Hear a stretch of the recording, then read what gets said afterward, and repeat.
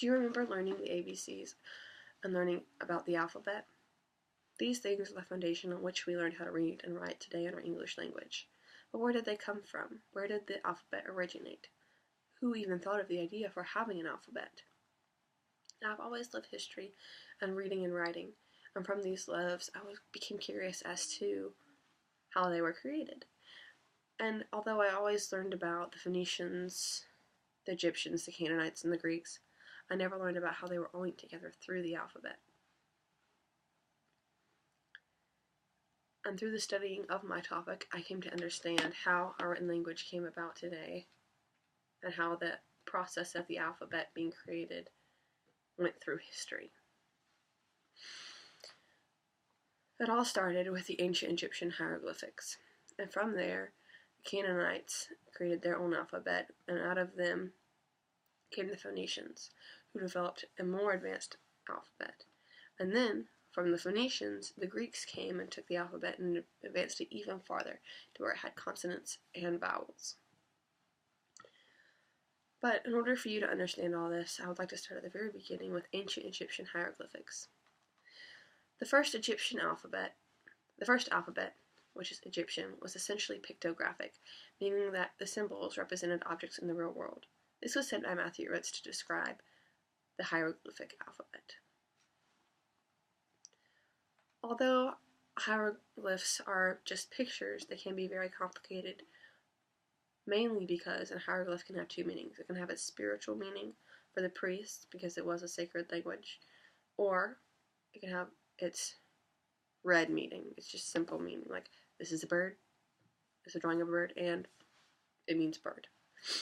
It can also be very hard to know by looking at it, because not all of the hieroglyphs are as simple to see as just a drawing of a bird.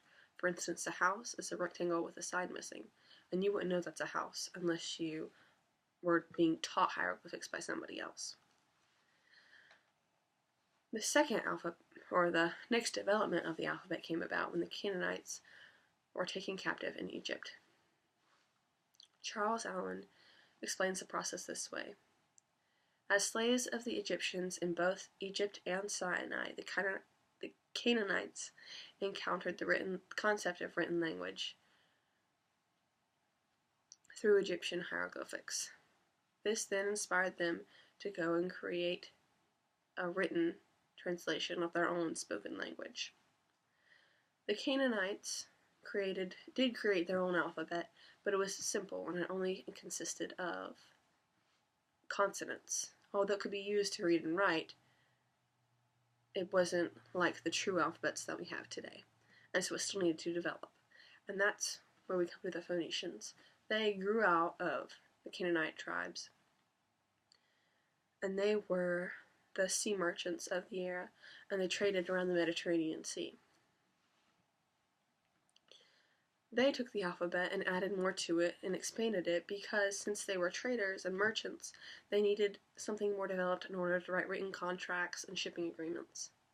And also because their reach was so wide, they reached other nations, such as the Greeks.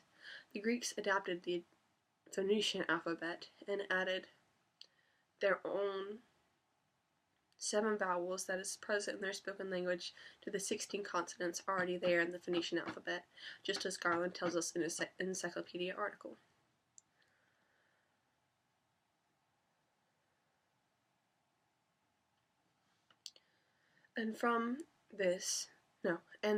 So the Greeks created the first true alphabet, which had vowels and consonants. And from this, we got our own alphabet for our English language. You can see how it developed from pictures to being kind of pictorial around the Canaanite era of the alphabet, and then it became symbols like we have today with the Greeks and the Phoenicians. Although there's a lot of time in between us and the creation of the Egyptian alphabet, you can see how they're linked now that you know about the 3 other civilizations that had a part in creating the alphabet. We owe the alphabet that we have today to all of these nations, and we owe our written language to them as well, because we needed that time of development over so many years in order to have the complex alphabet we have today. I hope that by learning about the alphabet, you become curious and maybe even learn about other civilizations' alphabets, such as maybe Asian. And I also hope that you are more inspired by this about the English alphabet and the English language and become more interested in it. Isn't it crazy to think about how we went from drawing pictures to having symbols represent images rather than the images themselves?